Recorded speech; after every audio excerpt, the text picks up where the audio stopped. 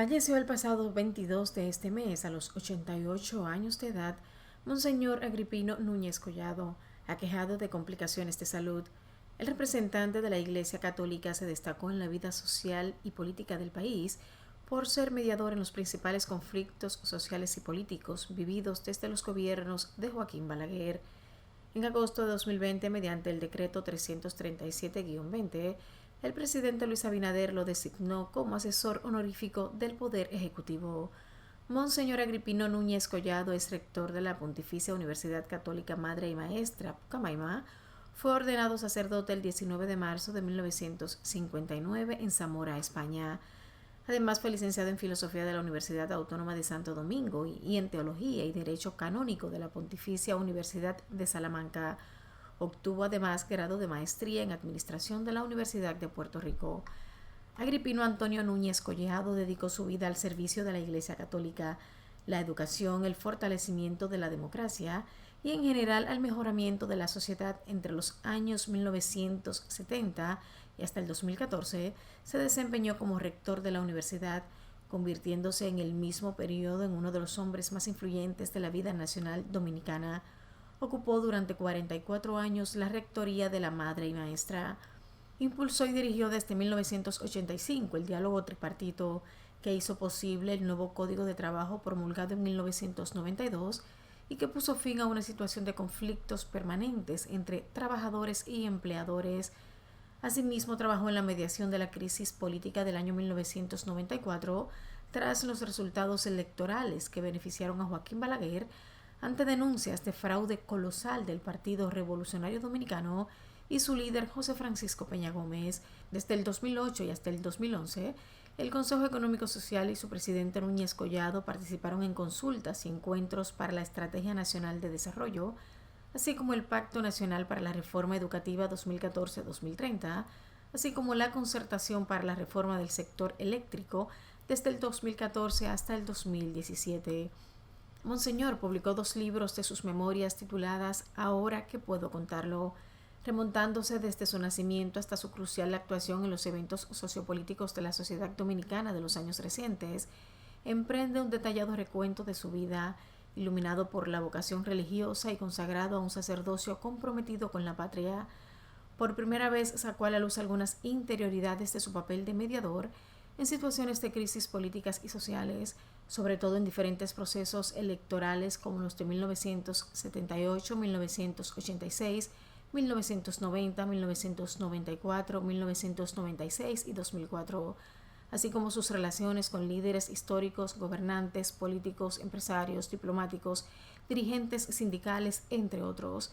Figuras del mundo político y social, incluyendo al presidente de la República, Luis Abinader, lamentaron la muerte de Monseñor Agripino Núñez Collado, quien era conocido por ser mediador en los principales conflictos sociales y políticos vividos desde los gobiernos de Joaquín Balaguer, y resaltaron las dotes que le caracterizaban como mediador en la solución de conflictos.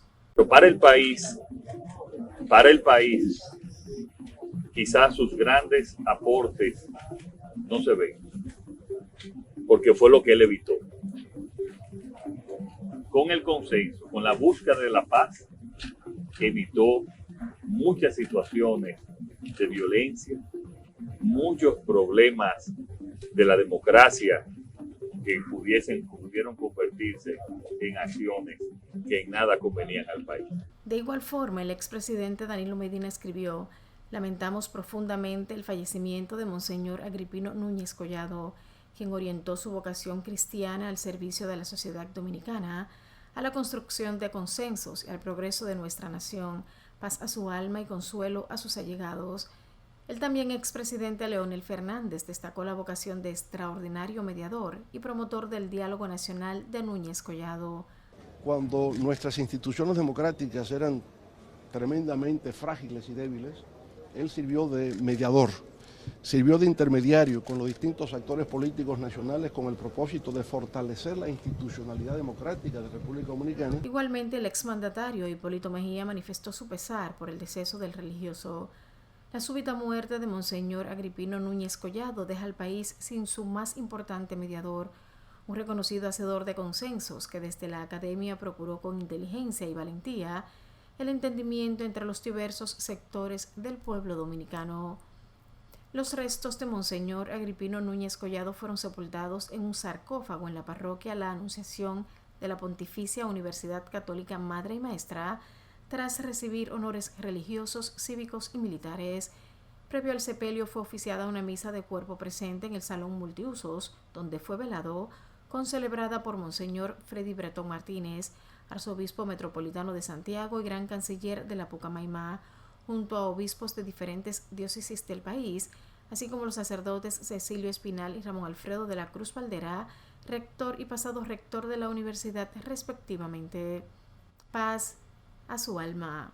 Bueno, señores, tal y como resaltábamos en esa reseña sobre Monseñor Agripino Núñez Collado, su partida ha sido lamentada por toda la sociedad dominicana.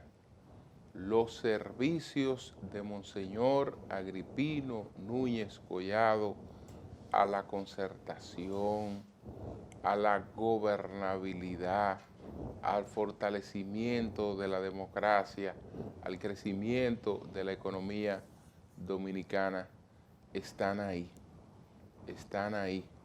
Y es una figura que difícilmente encuentre sustitución.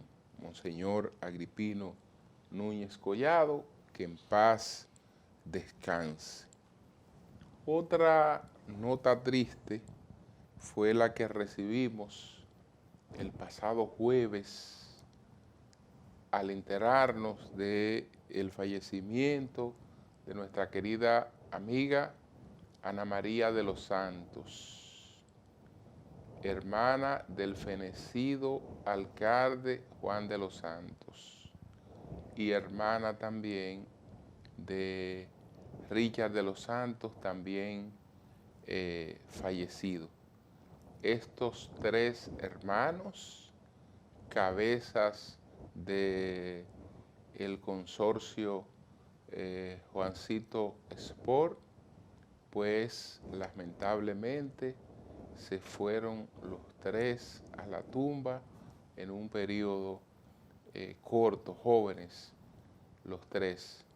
Primero la trágica muerte de Juan de los Santos, asesinado en su despacho en Fedomu, un 15 de diciembre. Posteriormente el percance de salud que se llevó la vida de Richard de los Santos y ahora pues la lamentable partida de Ana María de los Santos. Así es que estamos unidos a toda la familia, a los hijos de estos tres hermanos y especialmente a los de Ana María, que ahora pues ahondan más recientemente su dolor. Entonces, señores, también ha sido una semana con motivos de alegría. El país ha recibido con mucho entusiasmo la llegada al Salón de la Fama de Cooperstown de el Big Papi David Ortiz y la forma en la que ocurrió en la primera presentación. Es decir, que David no tuvo que esperar ser presentado durante varios años, que puede ser presentado durante 10 años consecutivos para lograr su elección en Cooperstown. Él lo logró, al igual que Pedro Martínez, en el primer año, en el primer año de su candidatura a Cooperstown. David Ortiz fue escogido, fue inmortalizado como miembro del Salón de la Fama de Cooperstown, uno de los hombres más queridos del béisbol y además con una gran labor social, filantrópica, auxiliando a muchos niños a través de la Fundación David Ortiz, que pueden realizarse procedimientos médicos que no estarían a su alcance y que son vitales sin la mano amiga de esta fundación de el Big Papi David Ortiz. Así es que todas nuestras felicitaciones a David y todo el entusiasmo y la alegría que compartimos del pueblo dominicano, porque a David esto lo sentimos todo como algo que se le dio a David, y con David al país, que ya tiene 4 miembros en el Salón de la Fama de Cooperstown. Señores, vamos a nuestra primera pausa comercial. Al regreso vamos a presentar cuáles fueron los 10 temas más importantes de esta semana. Adelante.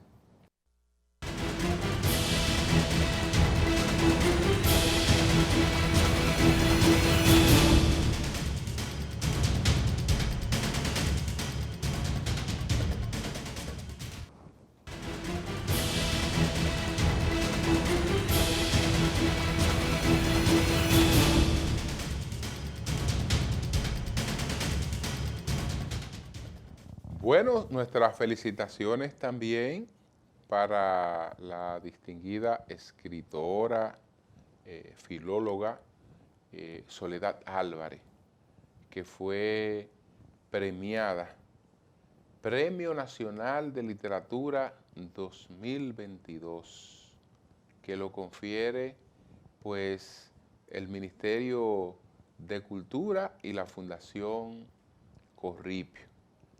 Soledad Álvarez es la Premio Nacional de Literatura 2022, una distinción que ha sido pues muy bien recibida, porque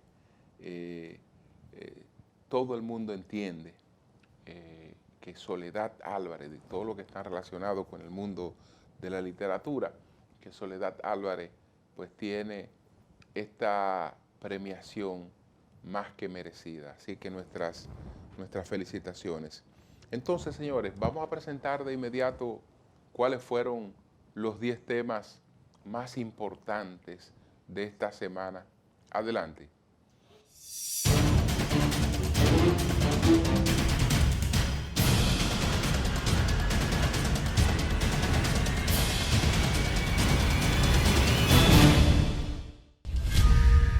Luego de que la República Dominicana estuviera a la expectativa de la llamada que recibiría David Ortiz para saber si entraría o no al Salón de la Fama de Cooperstown, esa llamada llegó finalmente el pasado martes a las 6 de la tarde, donde le informaban a Ortiz que tras contar con un 84.1% de los votos, logró ingresar al Salón de la Fama de las Grandes Ligas del Béisbol. Ortiz ingresó al Salón de la Fama en su primer intento, en el que se enfrentó a Barry Bonds y Roger Clemens, quienes terminaron con más de un 75% de la votación a su favor. Sin embargo, el dominicano de los Medias Rojas de Boston se perfiló como el favorito para la exaltación. Ortiz presenta un promedio de por vida de 286, jugando casi exclusivamente como bateador designado. Bateó 541 jonrones, incluyendo 17 en la postemporada, con la camiseta de los Red Sox, que ganaron los títulos de la Serie Mundial en 2004, 2007 y 2013. El toletero zurdo fue jugador más valioso en la Serie de Campeonato de la Liga Americana del 2004 y de la Serie Mundial del 2013. Durante su estadía de 16 años con Boston, Ortiz fue convocado a 10 Juegos de Estrellas y recibió 7 bates de plata y 7 premios como bateador designado del año. En 2005 y 2016 recibió el premio Hank Aaron como mejor bateador del joven circuito. Como bateador designado ostenta el récord de las ligas mayores de más cuadrangulares, 485, y carreras producidas 1.569 de por vida. En 2006, el Big Papi se convirtió en el bateador con más jonrones en una estación con 47. Se retiró después de la temporada 2016 a la edad de 40 años. El pelotero se convirtió en el cuarto jugador dominicano que ingresa al Templo de los Inmortales del béisbol organizado de los Estados Unidos. Ortiz se une a sus compatriotas Juan Marichal, Pedro Martínez y Vladimir Guerrero como los únicos dominicanos en ocupar un lugar donde todo pelotero quisiera estar al final de su carrera. La Procuraduría Especializada de Persecución a la Corrupción Administrativa, PETCA, está solicitando ante la Corte de Apelación que revoque la sentencia de primer grado que impuso la condena de 5 años contra Víctor Díaz Rúa y que dicte una nueva sentencia de 10 años a este exministro de Obras Públicas por incurrir en presunta corrupción del caso Odebrecht. En el caso del abogado Conrado Pitaluga, quien la PETCA acusaba de ser testaferro de Díaz Rúa, están solicitando a la Corte que revoque su descargo y le impongan una pena de 7 años, como habían pedido en el juicio de primer grado. En su recurso, la PETCA dejó fuera al principal imputado, el empresario Ángel Rondón Rijo, a quien le fue impuesta una condena de 8 años. Tampoco recurrió el descargo que favoreció a Juan Roberto Rodríguez, Tommy Galán y Andrés Bautista. De acuerdo con las explicaciones de algunos de los abogados, en el caso de los que fueron favorecidos con el descargo y que no fueron recurridos por la PETCA, su sentencia pasa a convertirse en firme o definitiva. Los Centros para el Control y la Prevención de Enfermedades de los Estados Unidos actualizó sus datos y colocó a la República Dominicana en el nivel 4, lo que indica que el país posee una alta incidencia del coronavirus e inseguridad ciudadana.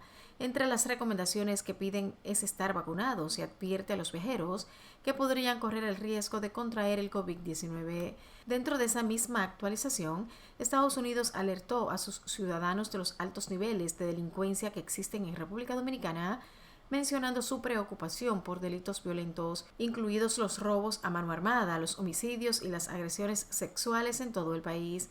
El documento publicado por la Oficina de Asuntos Consulares del Departamento de Estado de Estados Unidos expresa que la mayor concentración de la delincuencia en el país se encuentra en Santo Domingo y las zonas urbanas. También resalta que la amplia disponibilidad de armas, el uso y comercio de drogas ilícitas y un sistema de justicia penal débil contribuyen al alto nivel de criminalidad en una escala más amplia.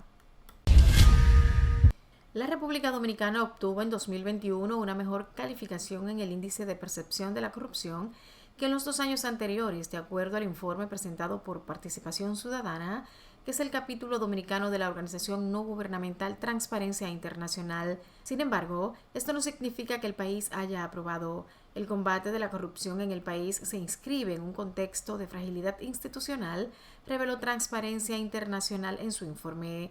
Según el documento, República Dominicana subió su puntuación a 30 y ocupa la posición 128 de 180 países. Los 30 puntos de 100 que alcanzó la República Dominicana el año pasado se debieron al fortalecimiento del Ministerio Público y de la Cámara de Cuentas, destacó el documento. También ayudó a mejorar la percepción de corrupción la condena obtenida por el caso de corrupción Odebrecht.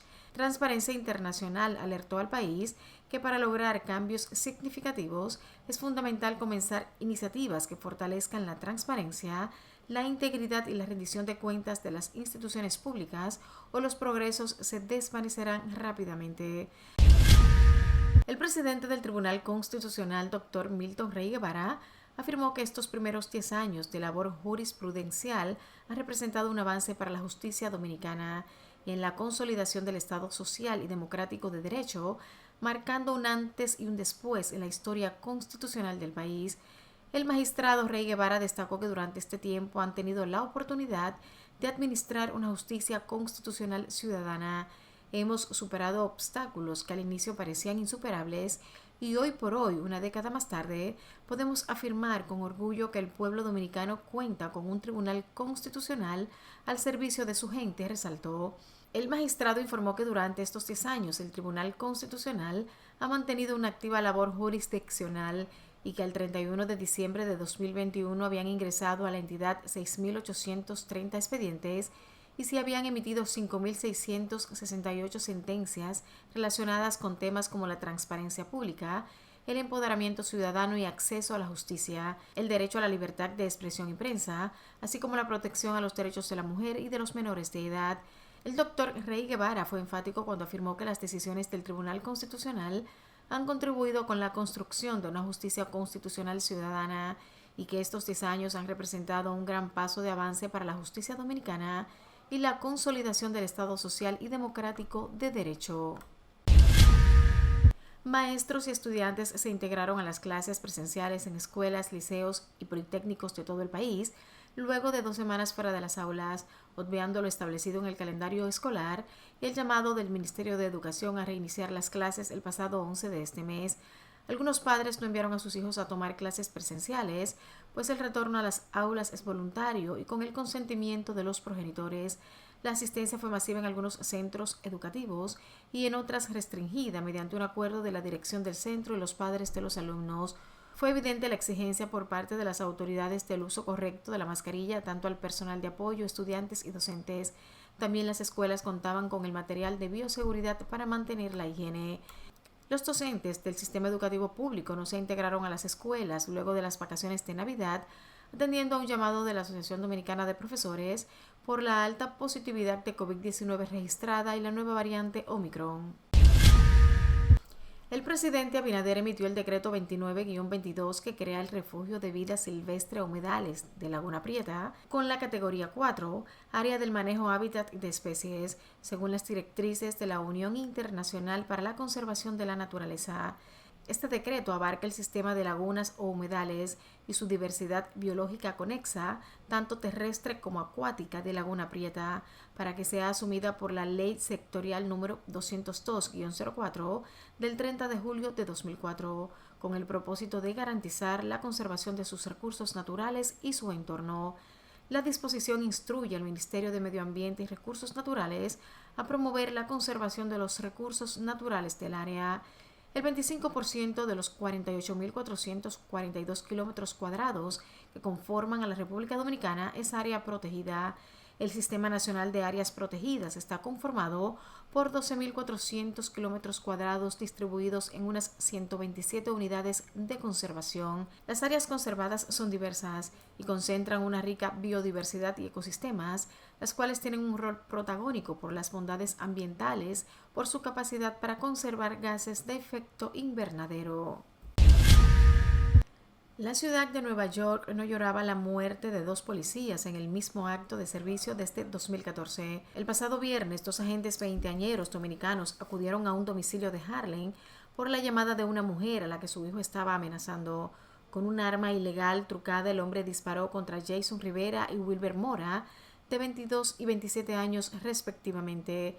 El primero murió casi en el acto, su compañero sucumbió a las heridas en un hospital de Nueva York. El asesino, con cuentas con la justicia ya saldadas, la emboscada que sufrieron Jason y Wilber fue el último incidente de una semana en la que otros 2 agentes de servicio resultaron heridos de bala, en un clima de creciente inseguridad que el alcalde Eric Adams, que fue policía durante décadas, ha calificado de auténtica crisis de salud pública. Además de los agentes de este 1 de enero, cuando accedió a la alcaldía, ha habido otras víctimas de la violencia armada. Estos incidentes han puesto presión sobre el alcalde Adams, que asumió el cargo el pasado 1 de enero y no ha tenido descanso, quien durante su campaña electoral aseguró que combatir la violencia en las calles sería su principal meta. Adams ha dicho que el ataque contra los policías y la gota que ha derramado la copa es un ataque a la ciudad de Nueva York y exhortó a sus residentes a salvarla juntos. Adams ha dicho que el ataque contra los policías es la gota que ha derramado la copa y lo definió como un ataque a la ciudad de Nueva York y exhortó a sus residentes a salvarla juntos. El presidente de Estados Unidos, Joe Biden, se reunió virtualmente con líderes europeos claves para abordar la incipiente amenaza de una invasión rusa en Ucrania, mientras evalúa el envío de varios miles de tropas estadounidenses al Báltico y Europa del Este. El secretario de Defensa de Estados Unidos, Lloyd Austin, colocó a 8.500 militares estadounidenses en alerta máxima para, en caso de ser necesario, enviarlos urgentemente a Europa del Este, donde la mayoría de ellos podrían activarse como parte de una fuerza de respuesta de la OTAN en caso de una invasión rusa de Ucrania. Biden descartó enviar tropas a Ucrania en caso de una invasión rusa de la otrora República Soviética, pero prometió imponer sanciones económicas rápidas y severas a Moscú. Estados Unidos estimó el pasado miércoles que Rusia podría atacar Ucrania en las próximas 3 semanas, cuando en París una reunión de diplomáticos europeos busca cómo reducir la tensión entre Moscú y Kiev. Rusia ha multiplicado en las últimas semanas las maniobras militares, incluso en la frontera con Ucrania, con unos ejercicios iniciados el pasado martes, implicando a unos 6.000 soldados, cazas y bombarderos en el sur y en Crimea. Finalmente, la estrategia de los abogados de Joaquín El Chapo Guzmán para reducir la condena que recibió el capo mexicano de cadena perpetua más 30 años de cárcel en Estados Unidos recibió un duro revés cuando un tribunal de apelaciones mantuvo la pena. Los jueces del Segundo Circuito de Nueva York rechazaron uno por uno los 10 reclamos del ex líder del cártel de Sinaloa sobre su juicio, el mayor de la historia de Estados Unidos por narcotráfico.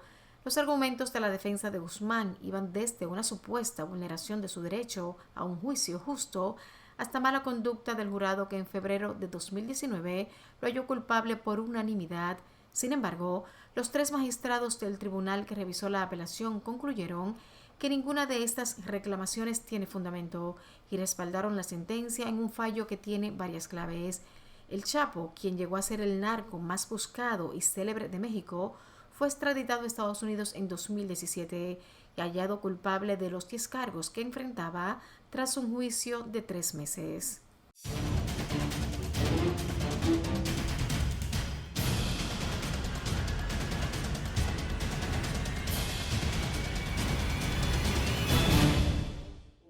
Bien, vamos a una pausa, retornamos en breve.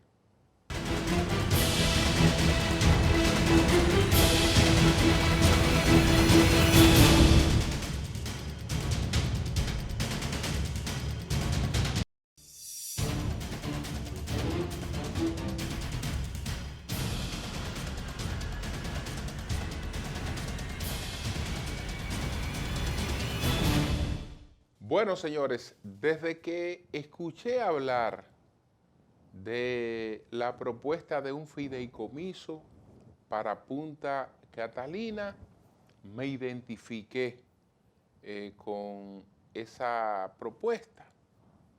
Yo estoy de acuerdo con un fideicomiso para Punta Catalina, porque he sido de lo que ha planteado desde el principio que estas plantas deben manejarse con la mayor eficiencia y apartada de cualquier sesgo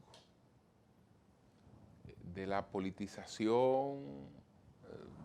Es con eficiencia que necesitamos que se manejen estas termoeléctricas y esa es la intención del fideicomiso. Por eso me identifico con el fideicomiso. Sin embargo, en lo referente no al fideicomiso, sino al contrato del fideicomiso, hay una serie de planteamientos que debemos detenernos a discutirlo. El obispo Jesús Castro, de la diócesis de la Altagracia, pues propuso, de la diócesis de Higüey, él le propuso al presidente Abinader llevar el fideicomiso de Punta Catalina a una mesa de diálogo. Yo creo que eso es necesario, porque ahora los diputados que votaron por ese fideicomiso o por ese contrato dicen que ellos no tuvieron oportunidad de leerlo. Y gente que votó de manera favorable porque estaba el fideicomiso de Pedernales y la figura de fideicomiso, cuando vemos lo que ha ocurrido con RD Vial, pues resulta una figura prestigiada. Y entonces se entendió que era lo mismo. Pero insisto que el contrato plantea algunas cosas que deben revisarse. Nadie puede quedar eternizado, electo por ley en un comité técnico. Es decir, que tu elección se aprueba en la ley con tu nombre y apellido. Y entonces resulta que sustituirte implicaría que solamente el Congreso mediante algún mecanismo pudiera hacerlo. Seguro que aprobando una ley, porque si te han nombrado por ley, solamente una nueva ley te puede quitar. Yo creo que eso es un aspecto que puede revisarse. Leía un artículo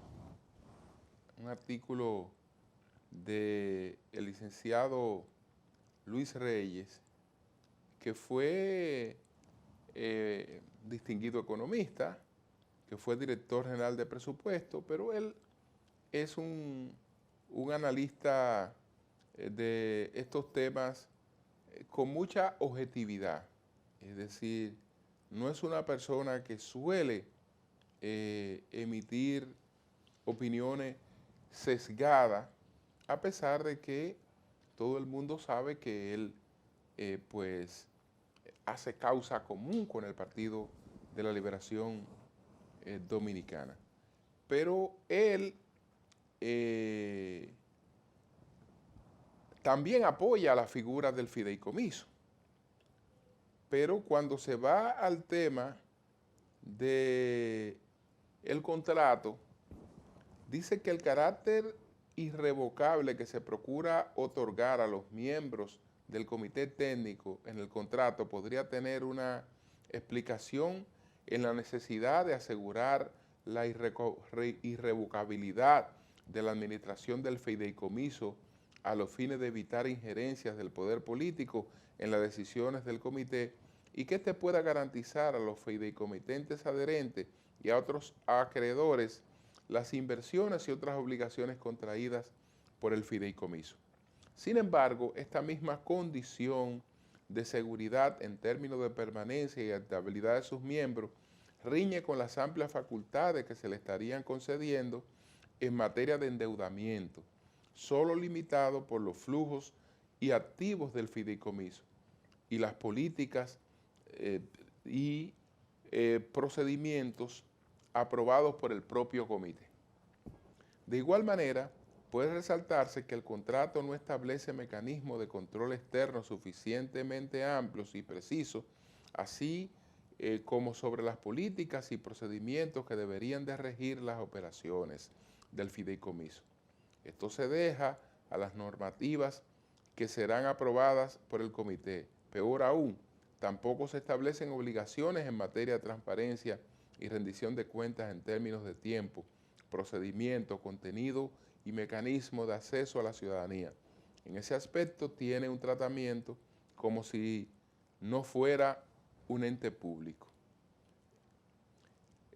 Reflexionemos ahora sobre si la estructura legal institucional que se ha sometido al Congreso de la República para gestionar el fideicomiso de Punta Catalina podría involucrar operaciones de deuda de más de 2.000 millones de dólares. Bueno, y por ahí sigue su análisis. Yo creo que si hay apoyo a que Punta Catalina sea manejada por un ente despolitizado y que garantice la mayor eficiencia de la operatividad, eso debería ser un consenso. Ahora bien, como no todo está en consenso, esos otros puntos del contrato deberían discutirse. Todas las cosas pueden enmendarse, corregirse, clarificarse. Y si ahí hay zonas que presentan dudas, no veo razones por las que no podamos detenernos a ver esos puntos y hacer las revisiones del lugar. Varios partidos políticos, porque ahora si la Fuerza del Pueblo ha dicho que votó o que no se leyó, lo ha dicho el vocero de la Fuerza del Pueblo, Rubén Maldonado. El PLD ha solicitado al gobierno que retire el contrato para su revisión. Alianza País, cuyo diputado votó por el contrato, ahora también está pidiendo que el contrato se retire porque ellos dicen que después de el movimiento, de todo lo que se ha debatido, han caído en cuenta de que hay aspectos que ellos no observaron a la hora de dar su aprobación. Entonces, si estamos hablando de transparencia y el gobierno lo creo que está actuando con el mejor interés de lograr los beneficios que el país espera de la inversión que se hizo en Punta Catalina, no debe tener ningún obstáculo en sentarse a discutir. Ellos emitieron un memorándum donde hacen una serie de precisiones. Bueno, vayan al diálogo, hagan sus precisiones, pero también escuchen, y lo que tenga que enmendarse de este contrato, pues que se haga para que entonces pueda ser definitivamente aprobado y estas plantas termoeléctricas, posiblemente las últimas que se hayan construido a carbón en la República Dominicana, pues rindan el beneficio que se esperaba de ellas con el sacrificio que se ha hecho para edificar estas termoeléctricas. Señores, vamos a una pausa, retornamos en breve. Vamos a presentar las 3 preguntas. Están dirigidas a un tema que está bastante caliente, crea otras incertidumbres, que es el de una posible guerra por el conflicto entre Rusia y Ucrania. Entonces, vamos a una pausa. Retornamos en breve.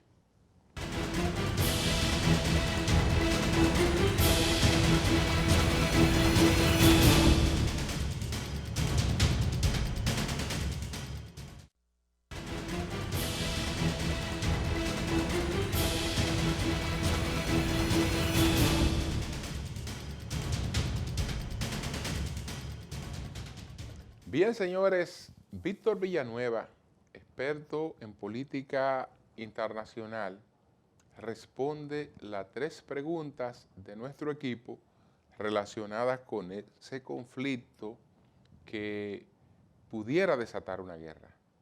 Y esa guerra tendría repercusiones en la economía, pero no en la economía mundial, no en la economía de esos países, también en la economía de República Dominicana. Adelante.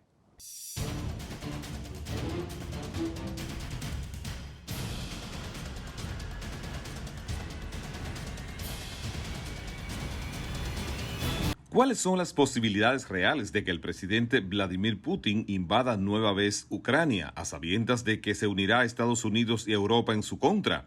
¿Qué tan cerca estamos de un conflicto nuclear? Bueno, de entrada, el elemento nuclear no ha estado planteado sobre la mesa, más bien ha estado sustentado sobre la escalada militar de irrupción sobre el territorio de Ucrania por parte de efectivos militares rusos, con el apoyo de grupos insurgentes prorrusos que están radicados en Ucrania, sobre todo con la heredad de haber sido una república soviética en la antigua Unión Soviética. Pero en el contexto de tener un conflicto en donde hay que analizarlo, es esencialmente en la creación de bloques. El bloque de Estados Unidos-Europa y el bloque de Rusia y China, que de alguna u otra manera están enfocados esencialmente en establecer un nuevo eje de poder en la distribución geopolítica, sobre todo de la zona euroasiática, en donde desde hace décadas tanto Estados Unidos como Rusia han estado bastante conscientes de esto y habían inclusive hasta hecho pactos de cara a no establecer no expandir la radiación de la incidencia de la OTAN, que es una organización militar, de cooperación militar, que fue netamente diseñada para contener militarmente a la expansión o una eventual expansión rusa. Y por lo tanto, en la violación de parte de la OTAN, sobre todo impulsado por Estados Unidos, de aceptar nuevos miembros, y no solo nuevos miembros, sino antiguas repúblicas de la Unión Soviética, han creado un cerco sobre Rusia geográfico que para ellos, sobre todo con la presencia de efectivos militares de la OTAN de distintos países miembros, como por el establecimiento de un escudo antimisiles, esto realmente ha llevado a esta escalada y que de alguna u otra manera el bloqueo económico que tiene Rusia, impulsado por el G8, esto ha llevado a que la economía rusa no esté en su mejor esplendor, aunque lleve un escenario de un crecimiento del 1 al 2%, creando internamente una presión política sobre el presidente Putin de fijar la atención sobre un conflicto de un enemigo común y tiene que obligatoriamente mantener la moral del status quo del establishment ruso, obviamente en el ejercicio de sus funciones. ¿Cuál sería el rol de la República Popular China, que tradicionalmente se ha mantenido alejada de los conflictos militares? ¿Estaría contando Putin con el respaldo de China? El rol de China en este caso es servir de contrapeso de cara a sus intereses geopolíticos. Pero en el caso militar per se como tal, no creo que China esté ponderando entrar en ese escenario, porque estarían dando también muestra de que necesitan actuar militarmente en la táctica militar en conjunto para representar alguna amenaza. Se entiende que de por sí Rusia tiene las condiciones militares para poder para realizar esa invasión en territorio de Ucrania, como también China protege sus linderos, sobre todo en el conflicto que subyace en el mar meridional chino. Entonces, cada quien tiene sus intereses geopolíticos establecidos y cada potencia está jugando a preservar ese status quo que le es de su interés geopolítico, y obviamente es la resistencia que hace Estados Unidos a que en este caso Rusia siga avanzando, muy a pesar inclusive de que pensadores de la política exterior norteamericana, como es el caso de Henry Kissinger, han establecido claramente que no era necesario por parte de la OTAN seguir avanzando hacia fronteras rusas, porque esto de alguna manera acorralaría el liderazgo político ruso y tendrían que tener alguna respuesta como la estamos viendo actualmente. En términos macroeconómicos, ¿cuál sería el impacto de esa guerra en un mundo que acumula los efectos de dos crisis económicas? La del 2008 por las burbujas inmobiliarias y la del 2020 provocada por la pandemia del COVID-19. El impacto económico de un conflicto en Ucrania hasta ahora no se ha proyectado como tal desde el contexto de las economías a escala global. Pero evaluando las características, por ejemplo, de Ucrania como tercer exportador de trigo, por ejemplo, a nivel mundial, ya eso tendría un impacto a escala global, sobre todo en los commodities de este rubro agrícola. Y también hay que entender que tanto Ucrania como Rusia representan entre ambos un tercio del gas natural que se vende y se comercializa hacia Europa. Así que el impacto también se ha medido con la desestabilización de algunos indicadores de la Bolsa de Valores de Londres y Nueva York, en donde han habido variaciones del 1.34% hasta del 2% de las inversiones en estos mercados de Bolsa de Valores, solo con la tensión que existe hasta la actualidad. En caso de haber un escenario ya de irrupción militar en el terreno, de llevar a la práctica un intercambio que signifique algún contexto de conflicto bélico, ya entonces las repercusiones también serían mayores. Y como es por ejemplo, en el caso de la República Dominicana, nosotros que somos exportadores de níquel, Ucrania es uno de nuestros principales clientes y que de alguna u otra manera este níquel se verá afectado directamente porque Ucrania no tendrá capacidad, obviamente, de hacer las órdenes de compra a nuestro país para la fabricación de instrumentos médicos como ellos realizan industrialmente.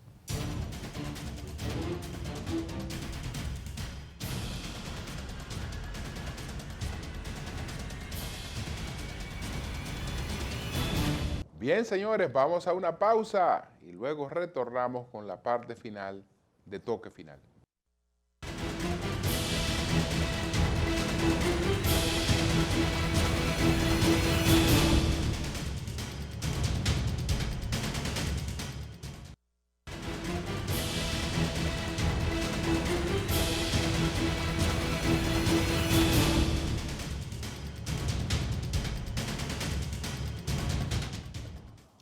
Aunque causa controversia dentro de la propia Iglesia Católica, el mensaje del Papa Francisco, el llamado que le hace a los padres en todas partes del mundo a que no disminuyan, ni discriminen, ni aíslen, ni dejen de apoyar a sus hijos cuando alguno de ellos esté expresando o haya expresado o demostrado una orientación sexual, pues digamos una orientación sexual de favorabilidad, de gusto, de identificación con su propio género. Eso yo creo que es humanístico, yo creo que eso se llama no discriminar, que eso es un reconocimiento del libre albedrío, sobre todo cuando estamos hablando de cosas que la hacen los adultos, y en el caso de los niños o de los jóvenes, si han cultivado una orientación sexual no convencional, eso hay que respetarlo, y a eso es que ha estado llamando el Papa Francisco. No quiere decir que necesariamente eso plantee un cambio en la visión de la Iglesia, sino es una exhortación que el líder de la Iglesia le hace a todas las familias en el mundo, no importa que pertenezcan o no a la fe católica. Buenas noches a todos.